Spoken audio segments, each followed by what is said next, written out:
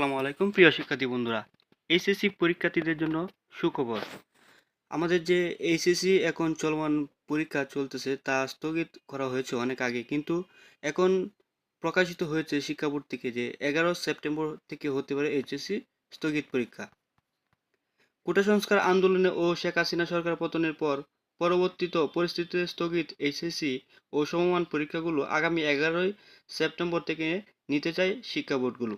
এ লক্ষ্যে অন্তর্বর্তী সরকারের কাছে প্রস্তাব দেওয়া হয়েছে।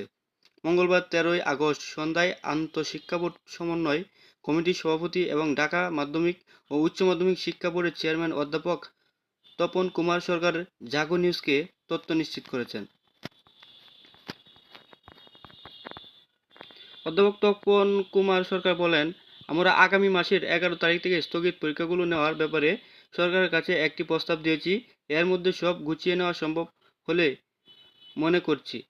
সরকার যদি এ প্রস্তাবে সাড়া দিয়ে নির্দেশনা দেয় তাহলে আমরা নতুন সংশোধিত সময়সূচি করে শিক্ষার্থীদের জানিয়ে দেব। তারা প্রস্তুতি নিয়ে যাতে পরীক্ষা বসতে পারে সে সময়ও তাদের দেওয়া হবে। তাহলে শিক্ষার্থী বন্ধুরা কি বোঝা গেল যে 11 সেপ্টেম্বর থেকে এসএসসি স্থগিত পরীক্ষাগুলো হতে পারে। তার জন্য তোমরা সবাই প্রিপারেশন নিতে থাকো এখন থেকেই।